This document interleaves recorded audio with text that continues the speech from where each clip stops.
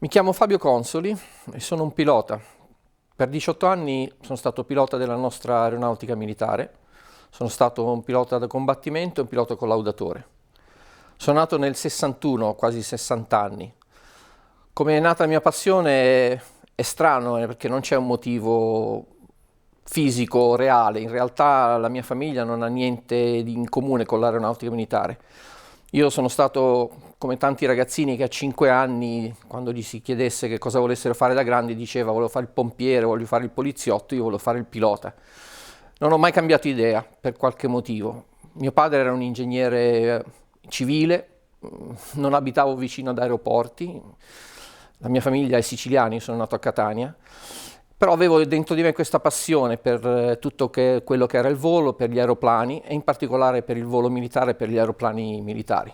Giocavo con gli aeroplanini, leggevo Eroica come tanti della mia età e sono nato e cresciuto con questa grande passione, il primo di 6 figli, nessuno dei quali condivideva ovviamente questa mia ambizione di diventare pilota. Ho fatto le scuole in Sicilia, al liceo a Catania e ho partecipato poi al concorso per entrare in accademia col corso Zodiaco III. 1980, sono stato così fortunato da riuscire a essere idoneo e vincitore del concorso, 118esimo su 120, per cui proprio al fondo della graduatoria del mio corso. È stata una selezione dura e sono stato anche fortunato, però la passione che ho messo, che mi sosteneva, mi ha aiutato a superare questo difficile scoglio all'inizio della carriera. Ho fatto perciò 3 anni e mezzo d'accademia, partendo dal 4 settembre del 1980 col corso Zodiaco III. Eravamo 120 piloti. Abbiamo studiato per 3 anni e mezzo, 2 anni di ingegneria, allora si faceva il biennio di ingegneria, il terzo anno da aspiranti era dedicato allo studio di materie più prettamente aeronautiche come aerodinamica, motori, meteorologia, eccetera. Poi si diventava sottotenenti, si faceva ancora qualche mese in accademia col grado di sottotenente e poi si veniva inviati alle scuole finalmente per fare il corso di volo. L'unica attività di volo che avveniva subito all'inizio dell'accademia era ovviamente la selezione, perché si voleva evitare di far fare 3 anni e mezzo d'accademia a qualcuno che poi si scoprisse non sarebbe stato idoneo a diventare pilota, per cui si faceva subito una selezione a Latina sul CI 260 e già a quella prima selezione perdemmo parecchi dei miei colleghi di corso. Fummo subito esposti anche alla dura realtà della vita dell'aeronautica, quando il 1° dicembre del 1980 perdemmo subito un membro del nostro corso in un incidente aereo col capitano Bigliatti, si chiamava Giulio Ottolenghi, e capimmo subito con questo incidente che cosa comunque comportava la vita nell'aeronautica militare. Comunque siamo stati subito esposti a questa realtà che poi ovviamente sarebbe stata confermata negli anni successivi quando comunque abbiamo perso altri colleghi in incidente di volo. Dunque nell'83, 84, l'83 divento sottotenente, nell'84 veniamo inviati alle scuole, il mio corso. Il mio corso viene diviso in 2 parti, uno scaglione, 20 persone vengono inviate a Sheppard negli Stati Uniti a frequentare l'Euronato Joint Jet Pilot Training Program e fummo i primi 20, anzi il mio scaglione, i primi 10, fummo i primi 10 italiani a essere inviati a Sheppard, alla scuola NATO, fummo proprio i primi 10. Il resto del mio corso fu inviato a fare l'iter normale alle scuole di volo dell'aeronautica di quegli anni, cioè prima a Lecce e poi ad Amendola. Noi ci ritrovammo a Sheppard a volare sul T-37 e poi sul T-38. Sono stati 11 mesi difficili, avevamo fra l'altro l'handicap di non avere nessun istruttore italiano sul T-37, 2 soli istruttori italiani sul T-38, mentre nelle altre nazioni avevano parecchi istruttori. Allora si cercava di fare l'ultimo volo, l'ultima chance si chiamava, l'ultimo volo prima di essere mandati via con un istruttore della tua nazione. Se qualcuno ti doveva mandare via, volevano fosse un istruttore della tua nazione. Noi questa possibilità ovviamente sul T-37 non l'abbiamo avuto, però su 20 siamo passati tutti e 20, abbiamo perso nessuno, siamo stati la nazione dell'anno per quell'anno di Shepard, e parliamo di 1985, luglio 1985 avvenne la graduation della mia classe. Dopodiché per la prima volta ci fu consegnata anche l'Aquila del pilota militare a Shepard. Prima veniva esclusivamente consegnata l'Aquila militare ad Amendola alla fine del corso sul G91T, e noi per la prima volta quell'anno, visto che era una fighter school, cioè chi usciva da quella scuola di Shepard sarebbe stato in linea di massima indirizzato sui caccia, ci fu consegnata l'Aquila di pilota militare a Shepard.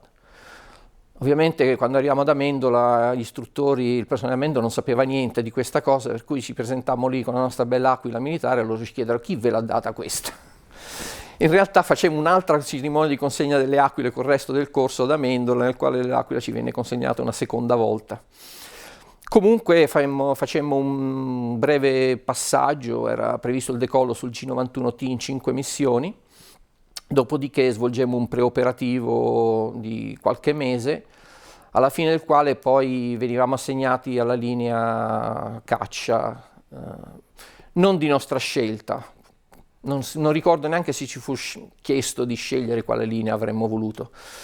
Comunque allora, ecco, i primi corsi, il primo corso fu il Vulcano terzo, il nostro fu il secondo corso, il quale direttamente gli studenti che uscivano da Amendola andavano direttamente ai reparti di caccia di Tornado. A me sinceramente sarebbe piaciuto andare anche sul Tornado, no? Sono sempre stato il tipo che ambiva a essere un po', come si dice in americano, on the edge, sulla linea più avanzata possibile della tecnologia. Il 104 allora era già un aeroplano abbastanza obsoleto, e questo si sapeva. Comunque non mi fu chiesto niente e fui assegnato alla linea 104, con mia grande soddisfazione ovviamente, non rimpiango nulla di questo e sono stato contentissimo di averlo fatto. Per cui fui inviato a Grosseto con qualcuno dei miei pari corso, e dal novembre dell'85 al marzo dell'86 feci la scuola presso il 20° gruppo per il passaggio sul 104. Feci il decollo,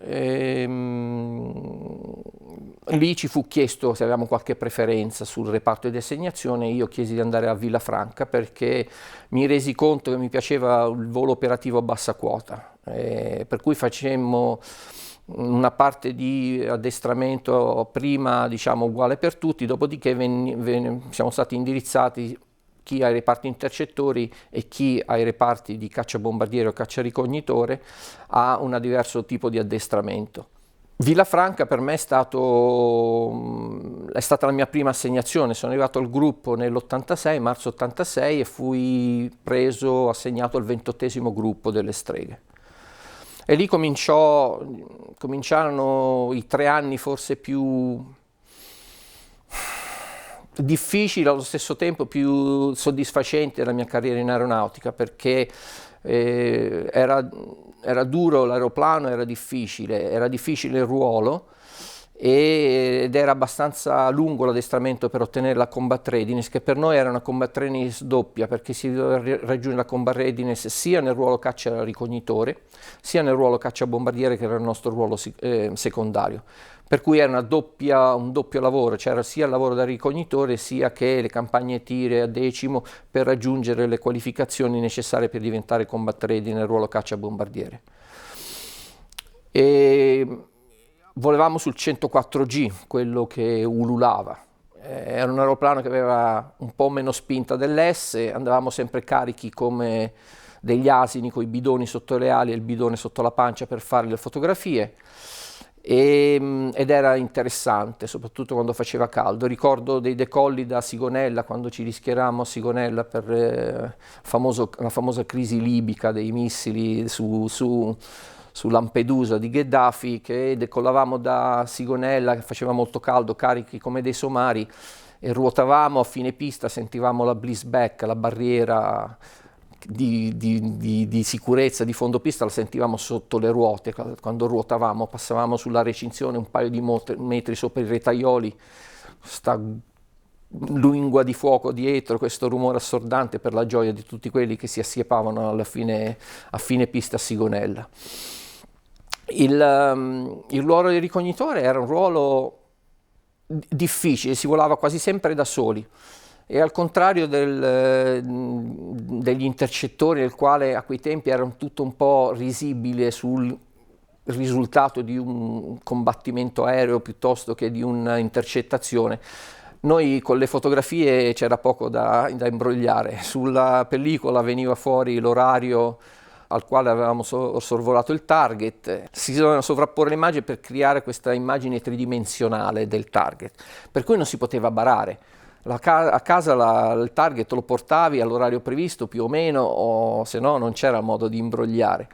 E fra l'altro il 104 era un aeroplano col quale si andava in giro nello stesso modo in cui andava in giro il barone rosso Francesco Baracca durante la prima guerra mondiale, cioè si navigava essenzialmente con bussola e orologio.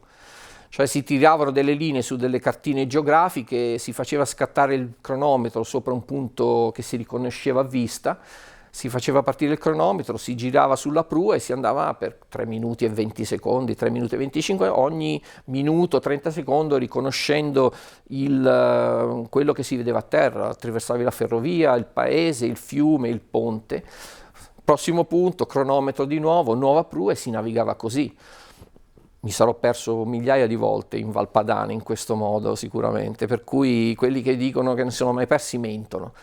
Però si andava in giro così, si andava in giro come il barone rosso, bussola e prua.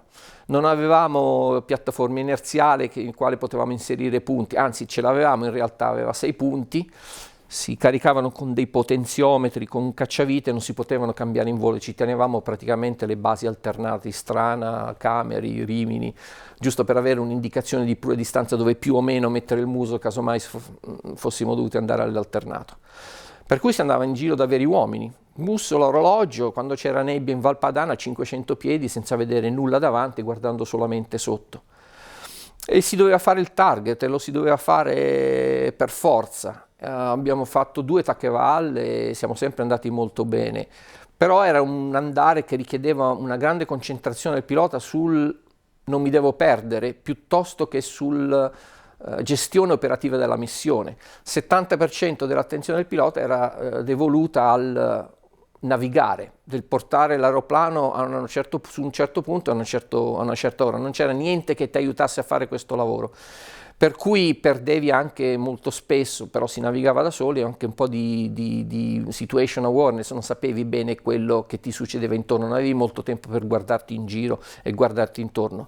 Non avevamo un radar warning receiver, non avevamo un radar decente, per cui l'aeroplano già nei miei anni, parliamo appunto 87-88, dimostrava le sue grosse limitazioni operative, nonostante fosse un aeroplano fantastico come prestazione, nonostante fosse un aeroplano che desse grandi soddisfazioni al pilota dal punto di vista del volo basico, della condotta, e aveva delle prestazioni eccezionali per quei tempi, ancora al top della categoria sicuramente. Operativamente aveva decisamente delle grosse limitazioni.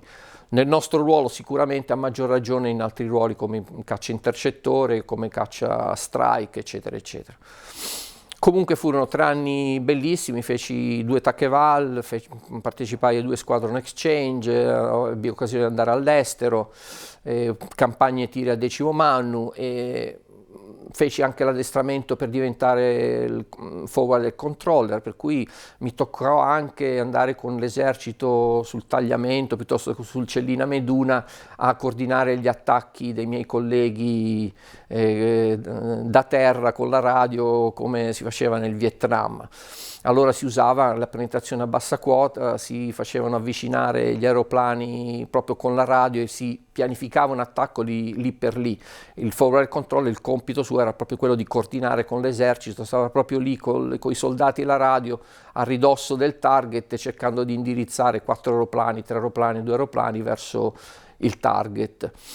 Feci anche l'addestramento per diventare istruttore di sopravvivenza in montagna, e per cui feci parecchia esperienza anche nel campo della sopravvivenza in montagna, e parecchi corsi da istruttore, e abbiamo anche l'occasione di imparare a sciare in quelle occasioni perché non sapevo assolutamente sciare da buon siciliano. Comunque rimasi a Villafranca fino all'88.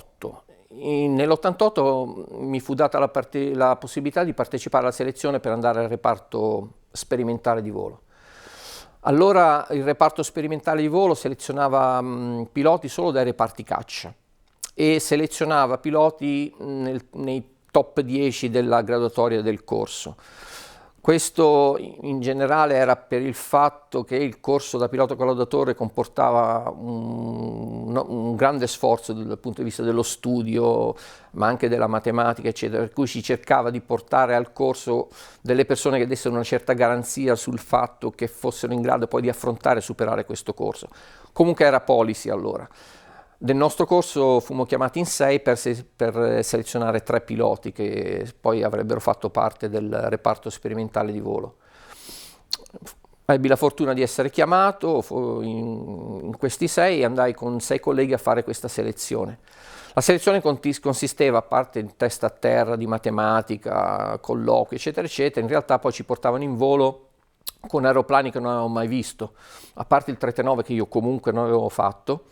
Ci portavano in volo con l'elicottero, nel mio caso fu la B-47G2, la famosa lampadina col traliccio dietro, l'elicottero di MASH, tanto per intenderci, insomma era il Vietnam, un elicottero fonetico manuale, come diciamo noi, basico, e qualche volo anche col G222, questo per esporci a diversi tipi di macchine, per vedere la capacità di adattarsi a un diverso tipo di volo, a diversi tipi di comando e anche a diversi tipi di pesi, insomma. Comunque feci la selezione, ebbi la fortuna di essere chiamato, non tanto per merito mio quanto anche per decisione dei miei colleghi. Un collega andò alle Frecce Tricolori, un altro decise che comunque non faceva per lui quel tipo di attività, per cui alla fine di doppio rimbalzo fui selezionato per entrare alla sperimentale. Feci la scuola di guerra da capitano, da tenente attualmente, nell'88 andai alla sperimentale. Alla sperimentale si faceva circa un anno da Ascaro. In realtà gli Ascari sono i piloti di complemento, però alla sperimentale il pilota assegnato al reparto, al gruppo, al 311° gruppo volo, che non è qualificato collaudatore, veniva chiamato Ascaro. Ascaro perché non poteva svolgere l'attività peculiare del gruppo, che è quella di collaudo, per cui tutto quello che facevamo era volare, volevamo su tutto quello che riuscivamo a mettere le mani addosso. Allora al reparto c'erano 12-13 macchine di tipi diversi, per cui cominciai a volare con la MX, volai ovviamente col 104, col 339, allora avevamo il 326 sia là che lì, avevamo il 326K, molte ore di G222, volavamo sul PD808 e con gli elicotteri, l'NH500 e la B47G2. E questo serviva a portarci a frequentare le scuole da collaudatori con una certa esperienza su diversi tipi di macchine. In realtà noi arrivavamo dopo un anno di ascarato, diciamo, a fare le scuole di volo, che generalmente eravamo più giovani dei nostri colleghi inglesi, francesi o americani, a seconda della scuola dove venivamo assegnati. Arrivavamo più giovani con meno di ore di volo in totale, però avevamo una grossa esperienza su diversi tipi di macchine. Avevamo la possibilità di ampliare la nostra conoscenza sul volo, sulle caratteristiche di volo di diversi tipi di aeroplani. I miei colleghi americani venivano dall'F-16, venivano dall'F-15, da lì andavano direttamente alla scuola senza nessun passaggio come noi, mentre noi venivamo esposti proprio per un po' colmare quel gap di esperienza con un altro tipo di esperienza, venivamo esposti a molti tipi di macchine diverse. Ebbi la fortuna nel 1990 di essere mandato a Edwards a frequentare l'USAF Test Pilot School a Edwards Air Force Base, ed è una scuola molto prestigiosa. E anche lì fu un caso, chi era pronto a partire, il primo corso che si presentava veniva assegnato, per cui non certo per merito mio mi ritrovai a essere inviato negli Stati Uniti, a Edwards appunto. La classe era la 90B, le classi erano 2 all'anno, di 25, per cui nell'anno 90 c'era la classe 90A e la classe 90B. La mia classe era la 90B, quella che cominciava nella seconda parte dell'anno. Eravamo 25, eravamo 20 americani e 5 stranieri, C'eravamo io col mio collega ingegnere italiano, perché il corso era per ingegneri, navigatori e piloti. Poi c'erano due canadesi, un pilota e un navigatore anche loro, e poi c'era un pilota, no, non era un pilota, era un RIO, un Radar Intercept Officer di F-14 della Marina americana, che essendo della Marina era considerato a tutti gli effetti uno straniero in quel luogo di aeronautica, per cui erano 5 stranieri e 20 americani. I miei colleghi venivano da varie linee di volo, però come avevo detto venivano direttamente dal loro reparto, F-15, F-16, 130, qualcuno della F-4 Phantom. Non avevano un background su diversi tipi di macchine come avevamo noi, proprio per policy. Allora gli aeroplani della scuola erano un po' ancora seconda generazione, volavamo sul T-38, sull'F-4 Phantom, sulla 7 Corsair, volevamo con l'F-16 e con la 37 Dragonfly. Questi erano gli aeroplani del curriculum della scuola, quelli sul quale facevamo il volo da solista e sul quale facevamo tutto il corso. Il corso era diviso allora in 4 fasi, si partiva con performance, cioè si studiava come collaudare le performance, le prestazioni di volo di qualsiasi tipo di aeroplano, poi si passava alle qualità di volo, flying qualities, poi si faceva una parte dedicata ai systems, radar, RVR, piattaforma inerziale, i-depth display, qualsiasi cosa. E poi c'era un'ultima parte dedicata al testing, nel quale era anche l'esercizio finale della scuola, si faceva un test, loro dicevano real world, cioè era un test, non era un esercizio, era un test vero che veniva assegnato alla scuola e la scuola li assegnava agli studenti ed era il loro, diciamo, esercizio di ingresso nel mondo del flight testing. Io feci performance sul T-38, flying quality sull'F4 e facemmo tutta la parte di VT e departure sulla 7 sul Corsair, e nella parte systems, nella parte di testing, venni esposto a tutta una serie di macchine diverse, volate a volte una volta, a volte forse 4-5 volte al massimo, e volai su F-15, F-18, volai col C-141 Starlifter, volai col B-52. Una grossa esperienza, e ci mandavano in volo chiedendoci in effetti poi di una valutazione qualitativa. Per esempio il B-52 mi fu data una missione di 2-3 ore con un rifornimento in volo e mi fu chiesto di valutare l'aeroplano per la penetrazione a bassa quota, per esempio. E questo serviva solamente per aiutarci a sviluppare quelle qualità critiche che consentono poi a un pilota collaudatore di valutare anche a prima occhiata, anche con poche ore di volo, una macchina per un determinato ruolo, oppure per certe caratteristiche sia di prestazione che di qualità di volo. Un'altra cosa che ricordo volentieri di quegli anni è che all'inizio del corso venne a trovarci Chuck Yeager, che è mancato recentemente. Chuck Yeager veniva ogni anno a tenerci una lezione magistralis, ci riunivano in classe e noi ovviamente a bocca aperta sentivamo tutto quello che ci raccontava Chuck Yeager, che era un mito, e ci diede le sciarpe che portavamo al collo e abbiamo portato poi al collo della scuola, che erano fra l'altro state portate in volo sullo shuttle. E una delle cose che ricordo che ci disse, che ancora mi porto dietro, è quando ci disse: ragazzi, ricordatevi che voi siete Mr. Mani d'Oro. Usò proprio l'espressione Mr. Golden Hand. Se non riuscite a fare qualcosa con l'aeroplano, non siete voi, è l'aeroplano che non va bene. E questa è una lezione che mi sono sempre portato vita nella mia esperienza collaudatore, perché in effetti noi piloti tendiamo a darci la colpa quando non riusciamo a fare qualcosa con un aeroplano. Non ci riesco, oggi non gira bene, tutto quanto. A volte invece è solamente l'aeroplano che certe cose non le può fare, sia dal punto di vista di prestazione o di qualità di volo. Una grande confidenza è quello che ci voleva instillare dentro Chuck Yeager, la confidenza nelle nostre capacità, nelle nostre abilità di valutare e di fare qualsiasi cosa con un aeroplano, se questo lo consente. Se non riesce a fare una cosa, la colpa è dell'aeroplano, e questa è la lezione che ci ha lasciato a tutti, era quella che ricordo ancora adesso.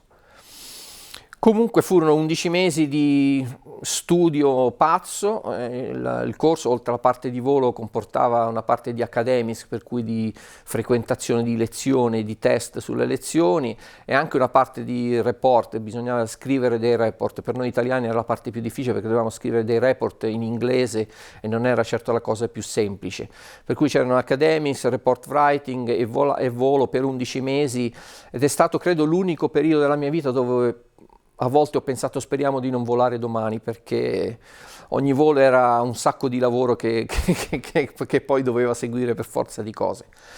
Era anche il 90, perciò avevamo anche avuto problemi per mancanza fisica di aeroplani da volare, perché era l'anno del Desert Shield e Desert Storm, per cui c'era un po' di carenza negli Stati Uniti di aeroplani e di macchine per volare, perché erano tutti rischierati giù nel Golfo per i noti eventi della prima guerra del Golfo. Comunque, facemmo la graduation, era giugno del 1991, e finalmente col mio titolo da pilota collaudatore, perciò non più Ascaro, ritornai a Pratica di Mare, al 311° gruppo volo, dove venni assegnato al team Eurofighter. Nonostante non avessi nessun background da pilota intercettore non avessi fatto tutt'altro tipo di mestiere, credo più che altro anche per la scuola dalla quale provenivo, per cui esposto a un certo tipo di tipo di macchine, ecco, mi assegnarono al team Eurofighter. Allora al gruppo c'erano diversi team, c'era il team Eurofighter, il team Tornado, team AMX, e poi c'era anche il team elicotteri. Poi c'erano vari altri piccoli programmi che venivano assegnati individualmente, ovviamente, però il grosso del lavoro ogni team lo faceva sulla macchina di assegnazione. Eurofighter era un programma ovviamente molto prestigioso, però aveva un grosso difetto: non c'era l'Eurofighter, non c'erano gli aeroplani. E parliamo appunto del 1991, il primo prototipo italiano volò nel 95. Per cui per 4 anni io seguii un programma che non aveva un aeroplano da volare. Tutto il lavoro era di sviluppo soprattutto di quella che si chiamava Man-Machine Interface, cioè l'interfaccia uomo-macchina, che veniva fatto presso la British Aerospace a Wharton, dove c'era un simulatore che veniva proprio dedicato allo sviluppo del cockpit dell'Eurofighter. Perciò la simbologia che veniva usata, al tipo di display, come dovevano essere fatto, come dovevano funzionare i bottoni. E ovviamente volevano che i piloti guardassero, e facevamo delle missioni anche che sembravano reali. Andavamo su contro Sukhoi 27 contro MiG-29, ovviamente le missioni simulate, nel quale dovevamo criticare, osservare il tipo di simbologie e suggerire quelle che potessero essere dei cambi, delle cose da cambiare nell'interfaccia uomo-macchina. Tutto il lavoro era quasi tutto dedicato a questo aspetto qui, cioè proprio di che cosa deve vedere il pilota di Eurofighter dentro quando finalmente questa macchina arriverà ai reparti. Un lavoro molto interessante, si chiamavano Cockpit Assessment Working Parties, ne ho fatti 4 o 5, ogni volta il cockpit veniva rifinito, ovviamente era una lotta continua con le ditte per cercare di cambiare qualche cosa, perché ovviamente ogni cambiamento erano soldi, per cui era un discutere se una certa cosa rispondesse alle specifiche di contratto piuttosto che no. A noi dicevano serve questo, no, nel contratto non è previsto, eccetera, eccetera, per cui era un'attività interessante da quel punto di vista. Non era solo un'attività di pilotaggio o di volare un simulatore, ma era anche un'attività di cercare di convincere qualcuno del perché certe cose non andavano bene in un certo modo e perché le volevamo vedere o cambiare in un modo differente. Tutta questa attività andò avanti praticamente fino al 1995. Contemporaneamente ho seguito anche altri programmi. Ad esempio mi fu affidato lo sviluppo iniziale del cockpit dell'F-104 ASA-M, dove dovevano essere introdotte la piattaforma inerziale, il GPS, una rivisitazione della strumentazione del cockpit, eccetera, eccetera. Un'altra attività che si faceva da sperimentare era l'attività di presentazione in volo. Io cominciai nel 92 come copilota sul G222 e per 3 anni feci tutte le presentazioni in volo del G222, prima come copilota e poi come comandante. E partecipai perciò anche 2 volte all'Air a Fairford con grande soddisfazione. Il G222 fra l'altro ha vinto il primo premio per la migliore presentazione, non col sottoscritto ma un paio di anni prima di me e di nuovo subito dopo. E viaggiammo moltissimo e partecipavamo a tantissime manifestazioni aeree. Era uno degli aspetti che a me piaceva molto dell'attività sperimentale, anche perché andavamo in giro molto, spesso trovavamo con le frecce tricolori, c'era il contatto col pubblico, c'era la soddisfazione di fare vedere che cosa noi della sperimentale eravamo in grado di fare. Ovviamente c'era il G222, si presentava il 339, la MX, si presentava il 104, il Tornado. Chi veniva dal G222 di solito poi faceva un'altra macchina, che poteva essere la MX o il Tornado, eccetera, eccetera. Però io poi, essendo assegnato al programma Eurofighter, fui mandato a Torino per seguire lo sviluppo e i primi voli del primo prototipo italiano, il DA3, per cui la mia attività di presentazione si fermò al G222, non feci altro. Però comunque feci il passaggio sul Tornado a Cottesmore, per cui volai anche sul Tornado, cominciamo anche le prime attività sul P180 avanti. Alla sperimentale vengono assegnati i primi 4 P180 e io fui anche uno dei primi istruttori che fece il passaggio ai primi piloti dell'aeronautica militare sul P180. Comunque nel 95, inizi 95, fui trasferito a Torino presso l'Alenia, dove diventai il Senior Representative Office per l'aeronautica militare, seguendo il programma del Eurofighter. Finalmente il DA3, il primo prototipo italiano, si avvicinava al primo volo, che avvenne i primi di giugno del 95, con a bordo il comandante Bragagnolo di Alenia, allora era Alenia, al quale io feci il chase con una MXT, conservo ancora le fotografie di quel primo volo. E finalmente mi ritrovai al momento giusto, al posto giusto, il 9 febbraio del 96, fu concordato con l'Alenia e l'aeronautica militare che un pilota dell'aeronautica militare avrebbe fatto un volo sul primo prototipo e il pilota assegnato a questo volo fui io. Perciò il 9 febbraio del 96 feci finalmente il primo volo di un pilota militare collaudatore sul primo prototipo dell'Eurofighter. Un'esperienza per me fu il culmine della mia carriera da collaudatore. L'aeroplano ovviamente era il 32esimo volo, avevano appena cominciato a volare i prototipi tedesco e inglese, l'inviluppo di volo della macchina era estremamente limitato, mi ricordo che mi sembra fossero massimo 3G e mezzo e massimo 15 di alfa, per cui non si poteva fare molto con l'aeroplano. In realtà poi il DA3 era il prototipo dedicato allo sviluppo degli EJ200, dei nuovi motori, per cui era il primo prototipo a montare gli EJ200, tutti e due i motori erano EJ200, era un aeroplano strumentato con la telemetria per lo sviluppo dei motori, per cui quel volo fu un volo sia di familiarizzazione per me, qua anche di punti prova dedicati esclusivamente alla prova dei motori e ad aprire l'inviluppo di impiego dei motori. Comunque fu una grossa soddisfazione. Questo avvenne nel 96, subito dopo fui inviato a Manching in Germania, dove feci 3 voli sul DA1, sul primo prototipo proprio tedesco che montava i motori del Tornado, gli RB104, ed era l'attività che si chiamava Official Preview prima della firma del contratto di industrializzazione dell'Eurofighter. Ci si chiedeva in effetti di valutare lo stato di progressione del programma, di valutare a che punto fosse il programma per la firma del contratto. Per cui io e un collega tedesco facemmo 6 voli sulla macchina e con gli ingegneri del team scrivemmo il report nel quale a tutti gli effetti dicemmo che il programma era un buon punto di sviluppo, aveva ottime prospettive di riuscita, per cui subito dopo fu firmato il contratto di industrializzazione per l'Eurofighter. Ed siamo arrivati al fine 96.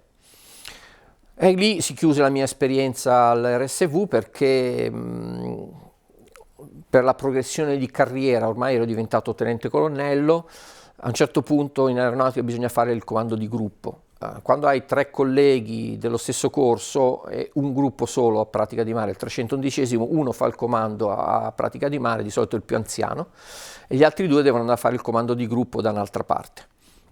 Per cui fui mandato a fare la scuola di guerra da tenente colonnello e poi l'Istituto Superiore di Stato Maggiore a Roma, e terminato questo fui assegnato come comandante al 14° gruppo del secondo stormo su velivolo AMX a Rivolto alla base delle Frecce Tricolori. Allora c'era un gruppo volo, il 14°, che una volta stava a Treviso, che aveva gli AMX ed operava sotto il secondo stormo a Rivolto. Arrivai a Rivolto nel 97, praticamente, subito dopo la scuola di guerra, come comandante direttamente e senza conoscere nessuno del gruppo. Era un gruppo totalmente nuovo per me, ovviamente. Avevo esperienza sull'AMX, avevo fatto parecchie ore ovviamente a sperimentale, ma non in impiego operativo. Per cui quello fu un passaggio piuttosto difficile, nel senso che ti trovi a essere comandante di gruppo, perciò anche una figura di riferimento per tutti i piloti, però sei anche quello che è l'ultimo arrivato al gruppo, non sei cresciuto lì, non conosci nessuno e anche operativamente non hai molta credibilità, perché non hai operato sull'AMX, l'ambiente operativo. Fra l'altro era un ambiente veramente operativo, io venivo operativamente dagli anni della guerra fredda, io di qua e i sovietici dall'altra parte del muro, guerra fredda, ma in realtà non succedeva niente. Poi nel 90 è crollato il muro, nell'88, nel 90 sono cominciati a volare i missili, la guerra del Golfo, si cominciava già a vedere le situazioni in Bosnia.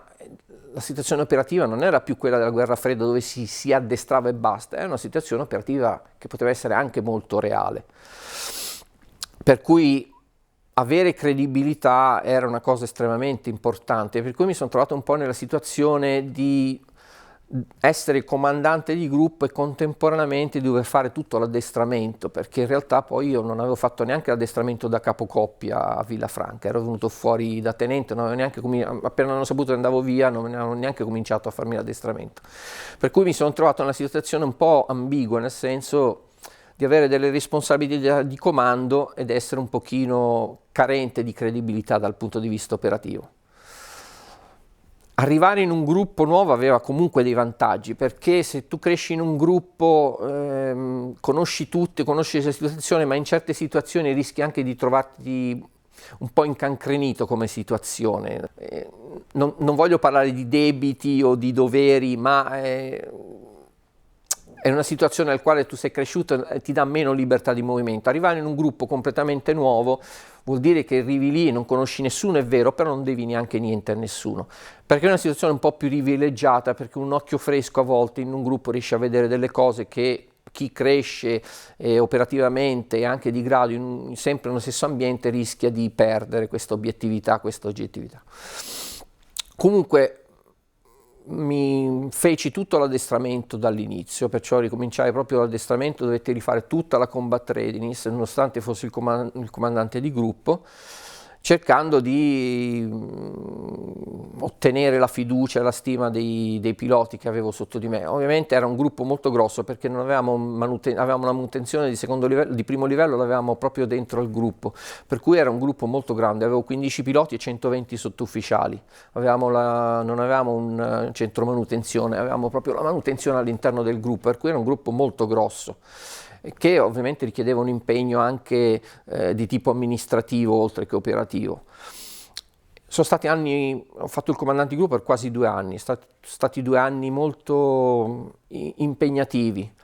Partecipammo per la prima volta alla Maple Flag, cioè portammo per la prima volta l'AMX oltre l'oceano in Canada a partecipare alla Maple Flag, che sarebbe la versione canadese della Red Flag, la prima volta che gli AMX partecipavano a questa esercitazione.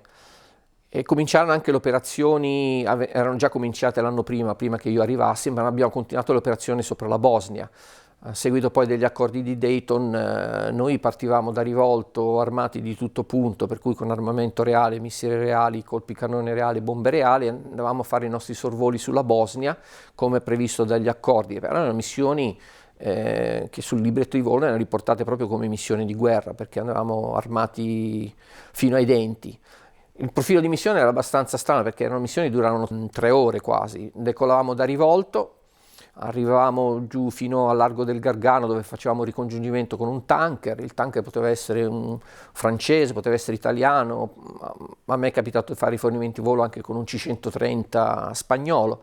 Si faceva rifornimento in volo, si entrava in zona operativa, si entrava in contatto col forward controller, col FAC a terra, e si operava simulando degli sganci, ovviamente. Sarebbe successo poi qualche anno dopo che questa attività sarebbe diventata reale in Kosovo. E lì ho visto anche il cambiamento di quello che era l'attività del FAC, del Close Air Support, dai miei tempi a Villafranca sul 104 con la MX. Col 104 si penetrava a bassa quota, veloci come delle spie, si faceva il pull up, il pop up, ci si girava e poi si puntava e poi via di nuovo a bassa quota. Con la MX invece col controller a terra si arrivava da 15.000-20.000 piedi. Si dava per scontato che tutta la parte di difesa aerea fosse stata soppressa in qualche maniera, e col FAC operavi da quote altissime. E la tecnica non era più quella di darti un vettore, una descrizione, dei parametri di sgancio, era quella di portare il tuo occhio su un target molto piccolo, partendo da riferimenti al suolo molto grandi, che poteva essere una città, poteva essere una strada che andava in una certa direzione, fino a portarti a vedere e identificare una casa, un singolo edificio, un singolo mezzo. Ti facevano le domande trabocchetto per essere sicuri che tu avessi in vista il target corretto. La vedi la casa col tetto azzurro, no? Il tetto era rosso. Facevano queste domande trabocchetto per vedere che tu avessi, e poi si simulava lo sgancio, un dive 30 gradi da 10.000 piedi. Il gregario rimaneva sopra di te a controllarti le tue ore 6, tu facevi il tuo dive, simulavi il tuo sgancio, risalivi e poi il gregario andava giù e faceva la stessa cosa mentre tu gli controllavi le ore 6. Per fare questo lavoro la MX era un aeroplano onesto. Tanti non ne parlano bene della MX, però per me la MX è stato un aeroplano, io l'ho sempre detto, un aeroplano onesto, cioè per fare quel lavoro era un aeroplano che riusciva a farlo bene. Aveva dei grossi difetti, sicuramente, un grosso difetto è che costava un F-16,5. Però avendone fatti pochi, i costi di produzione di una macchina dipendono anche di quante ne fai, per cui costava più di un F-16 e sicuramente non valeva un F-16. Aveva dei problemi col motore, però anche lì il motore era stato scelto dall'aeronautica, lo Spare, un motore vecchio di concezione quasi civile, per cui aveva delle limitazioni sugli slam, sopra un certo numero di gradi di alfa non potevi fare gli slam del motore, aveva la tendenza a stallare, però anche lì era un motore che aveva voluto l'aeronautica, no? C'era poco da lamentarsi. Questo un po' rientra anche poi sulla mia decisione di congedarmi, perché tanti mi chiedono, io in realtà poi mi sono congedato nel 99, dopo quasi 2 anni di comando. Ero anche arrivato al punto in cui comunque la mia vita operativa da pilota, ero tenente colonnello, avevo 37 anni, però la dura realtà dell'aeronautica prevedeva che io, fatto il comandante di gruppo, dovessi andare a qualche ente centrale. Stato maggiore per me già si sapeva, era 4º reparto, 2º ufficio, 2ª sezione, dove avrei continuato a seguire il programma Aerofighter. Però era la fine della mia vita da pilota, operativa da pilota, e mi avrebbero tirato giù dall'aeroplano che piangevo e tiravo calci sicuramente, perché a me piaceva quel lavoro. Una delle dei motivi per quali poi in quegli anni i piloti si congedavano fondamentalmente era questo. Purtroppo la nostra carriera, qui faccio un passo indietro, veniva decisa a 19 anni, quando tu, senza sapere nulla di quello che sarebbe stata la tua carriera in aeronautica, a 19 anni uno entra in accademia o diventa di complemento, ma solo per un motivo, perché vuole fare il pilota. Nessuno entra in accademia perché vuole fare l'ufficiale di Stato Maggiore, tu vuoi fare il pilota. E a 19 anni purtroppo vieni marchiato a vita. A 19 anni, se sei d'accademia, ti tocca andare via dal reparto. Ora ci sono piloti d'accademia, sono ottimi piloti, pessimi ufficiali, come ci sono piloti di complemento che probabilmente erano piloti mediocri, sarebbero stati ottimi ufficiali di Stato Maggiore. Altre nazioni ovviamente indirizzano la carriera di un pilota a un'età di maturità, 30-33 anni, ti chiedono cosa vuoi fare, vuoi diventare di Stato Maggiore, vuoi rimanere al reparto. E lì decidi cosa vuoi fare della tua vita. Se voglio diventare generale, l'aeronautica ti manda a studiare, ti fanno fare le scuole di guerra, eccetera, eccetera, anche se tu se sei di complemento.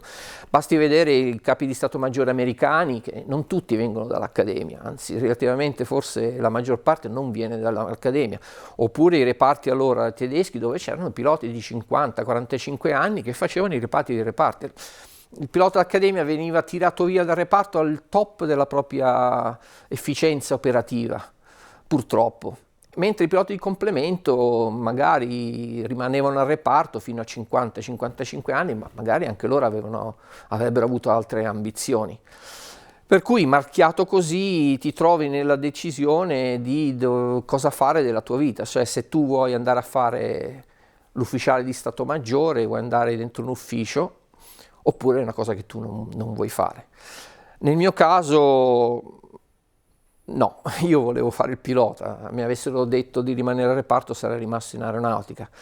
In realtà avevo visto delle cose, in particolare per me nel 95 fu molto demoralizzante la scelta dell'aeronautica di fare 100 F-104 ASA M, prendere i Tornado ADV piuttosto che prendere gli F-16 in leasing, che era la soluzione operativamente certamente più valida.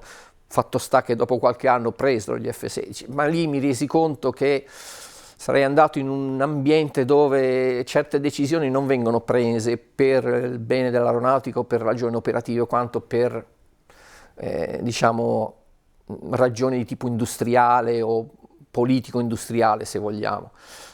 L'esempio che ho fatto prima è che comunque rientra in questa casistica il motore dell'AMX, un motore limitante per la macchina che però venne scelto dall'aeronautica militare e guarda caso la faceva la Fiat su licenza a Brindisi. Chiaramente a me non piaceva quel genere, non pensavo di appartenere a quel genere di ambiente, per cui con gran rammarico, devo dire, decisi di porre termine alla mia carriera di pilota, che fra l'altro, come ho detto prima, sarebbe comunque terminata a quel momento. Il momento dopo il comando di gruppo non sei più un pilota di caccia, non sei più un pilota collaudatore, non sei più un pilota operativo. Sì, farai le tue 6 ore, sì, andrai a comandare uno stormo, ma sarai più un amministratore, un ufficiale di Stato Maggiore. Attività rispettabilissima, attività nella quale magari poi alla fine mi ci sarei anche trovato a mio agio, alla quale avrei trovato un altro tipo di motivazione, ma allora, in quel momento storico nel quale moltissimi lasciavano l'aeronautica per andare a cercare altri lidi, altre soddisfazioni, sia del tipo professionale ma anche di tipo economico oppure di tipo familiare anche, mi portò a decidere di congedarmi. Mi congedai nel gennaio del 99 col grado di tenente colonnello dopo praticamente 18 anni e 6 mesi di aeronautica militare e circa 2500 ore di volo. Fu una decisione difficile, presa per vari motivi. Non ultimo quello economico, ma anche il motivo di continuare a volare, anche motivi di stabilità finanziaria familiare, ovviamente, perché la vita in aeronautica ti porta a traslochi, a diverse assegnazioni, spostamenti, la famiglia a un certo punto comincia anche a risentirne. All'andare a lavorare per una compagnia civile ti dà la prospettiva di tenere la tua famiglia nello stesso posto, di far crescere i tuoi figli in un ambiente più o meno normale, sia dal punto di vista scolastico che di ambiente, diciamo, non un ambiente tipicamente militare come può essere quello del Villaggio Azzurro. Per cui mi congedai, mi trasferii a Roma da Rivolto, tornai a Roma a Rivolto, andrai a lavorare per una compagnia aerea civile, dalla quale ricominciai da zero.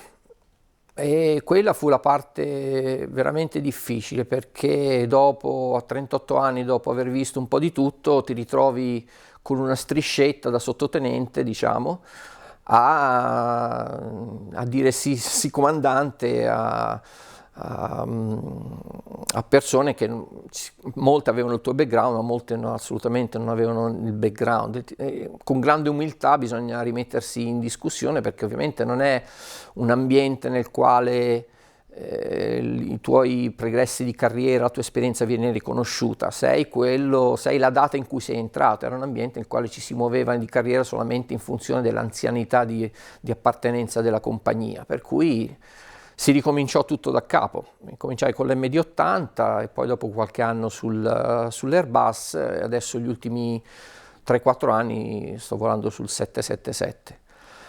Ho fatto quasi 17.000 ore di volo in totale adesso. Le cose poi non sono andate un po' come speravo, perché per diversi motivi non sono neanche riuscito a diventare comandante, sono rimasto primo ufficiale seduto a destra. Ho fatto le mie esperienze perché ho fatto attività comunque di manutenzione, di collaudo di manutenzione su diversi tipi di macchine. Ho avuto le mie soddisfazioni perché comunque ho continuato a volare e la cosa mi è sempre piaciuta e continua a piacermi moltissimo.